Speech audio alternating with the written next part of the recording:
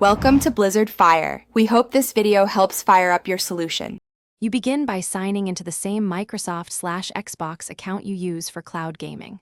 Once signed in, make sure you have a ready image that meets size and format limits. This avoids upload failures. Now navigate directly to Xbox.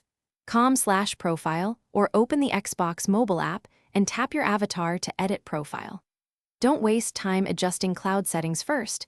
Change the account Gammerpic where profile edits are saved globally, which is why you're starting here. You'll see Customize or Change Gammerpic. Choose Upload a custom image if available. Once you pick your file, crop and position it so the face or focal point sits centered.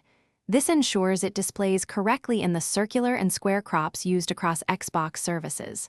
After adjusting, confirm the upload and accept any on-screen rules or prompts. Make sure to hit save. That final step writes the new Gammerpic to your Microsoft/Xbox profile, so cloud sessions will pick it up. Once saved, close Xbox Cloud Gaming and sign back in, or refresh the browser tab to force profile sync.